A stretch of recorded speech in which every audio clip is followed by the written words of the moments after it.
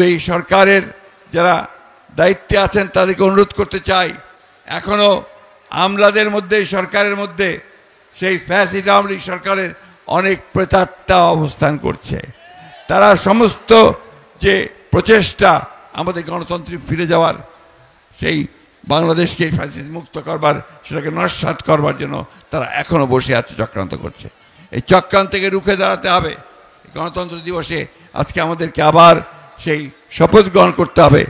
যেভাবে বুকের রক্ত দিয়ে আমাদের ছেলেরা এই সুযোগ সৃষ্টি করেছে, বুকের রক্ত দিয়ে হলেও আবার আমরা সেই সুযোগকে রক্ষা করব, বাংলাদেশকে সত্যিকার অর্থে গণতান্ত্রিক রাষ্ট্রে পরিণত করব। স্যান্ডেলিনা সো, রূপচর্চায় আভিজাত্য।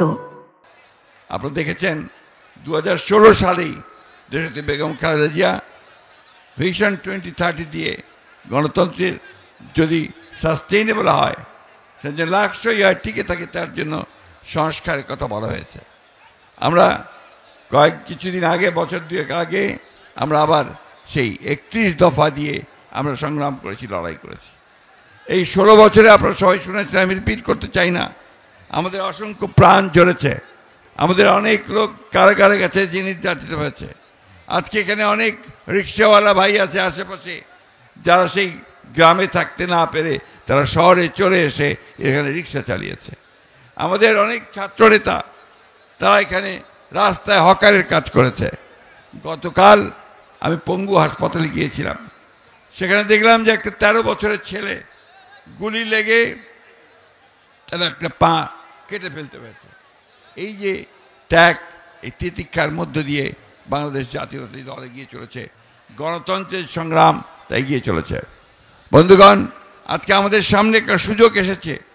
ছাত্র জনতার আত্মত্যাগের মধ্য দিয়ে আমরা একটা সুযোগ পেয়েছি একটা গণতান্ত্রিক রাষ্ট্র প্রতিষ্ঠা করবার। সেই কথাগুলো আমাদের মনে রাখতে হবে। আমরা সেই সুযোগ যেন হেলায় না হারাই। আজকে এমন একটা অবস্থা তৈরি করতে হবে যেন এখানে সত্যিকার অর্থেই গণতন্ত্রের আর প্রতিষ্ঠা করতে পারি। আরেকটা কথা আমি অনুরোধ করব সকলকে, যে আপনারাই হচ্ছেন সেই ভ্যানগার্ডস, আপনারা হচ্ছেন সেই পাহারাদার, গণতন্ত্রের পাহারাদার।